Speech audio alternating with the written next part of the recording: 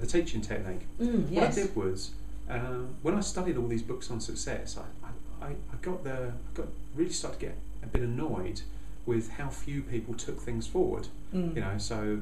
Oh, tell me, it's like one of the things, your speaker, writer, presenter, it's one of the things that drives you crazy. You see the same faces in the audience every time. I just thought, right, and Tony Robbins, I was listening to something Tony Robbins said, he said only 10% of people who buy the books will ever open them, and less than 10% of those will finish them. Oh my goodness. Bob Proctor more or less said the same sort of thing. I thought, right, well, why is it that people do that? And I came to the understanding at some point last year where, anyway, I'm skipping forward. I figured out when I wrote my book, I thought, I don't want that to happen. How can I get more people to go and do it? More people to go and do it.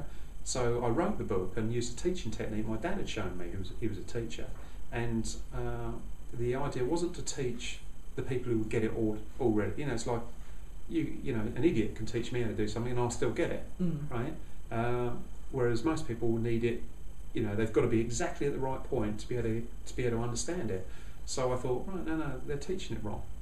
And I thought, well, it's a bit arrogant of me to say that all these people are teaching it wrong. But when you look at it from the point of view of there's thousands and thousands of books out there on success and everything like that. Take The Secret. Rich Dad Secret sold, what is it, 20 million copies? Rich Dad Poor Dad sold 28 million copies. Think and Grow Rich, 30 million copies. Well, where are all the millionaires then?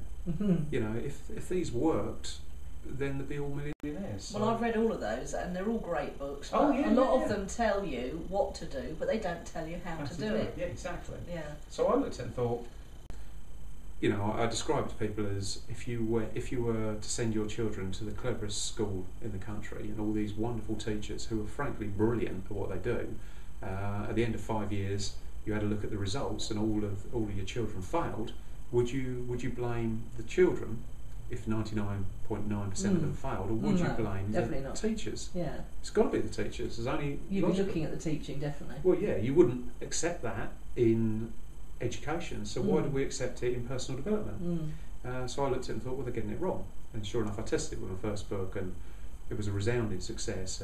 12.5% of people gave me feedback, and they all went on to make feedback. Hang on, so let's slow down with these numbers. So you know how many books you sold because you were selling them through your website, and how many went? Well, part of the way I wrote the book was I encouraged feedback because I knew that if I get feedback from people, I'll be able to measure it. Yes. And it also makes people actually do something, because they don't want to send you feedback saying, actually, I've done nothing at all, right? they want to tell you what they've done. Yeah. So what I did was I measured it, and we got 12.5% of people, roughly. It's more than that now, but this was back in 2008, I think it was.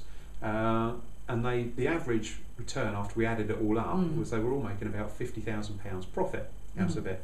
So it was each one of those 12.5% that sent you feedback. Out of a £20 book, made 50,000 profit. That's a return on investment, isn't it? Of course, which is why even despite going through bankruptcy and everything, I still get people emailing me today saying your book changed my life. And, I went to a seminar last weekend, and there must have been 15 people came up to me that I'd never met before that told me my book had changed their life and that sort of thing. So. It's a great thing about books, isn't it? No matter what's going on in your life, they're still out there working away for you, helping people. But they were just the 12.5% that gave me feedback. Yeah, right? Probably a lot didn't bother. Well, my estimates are somewhere between 35 and 50% actually took action, but I can never prove that.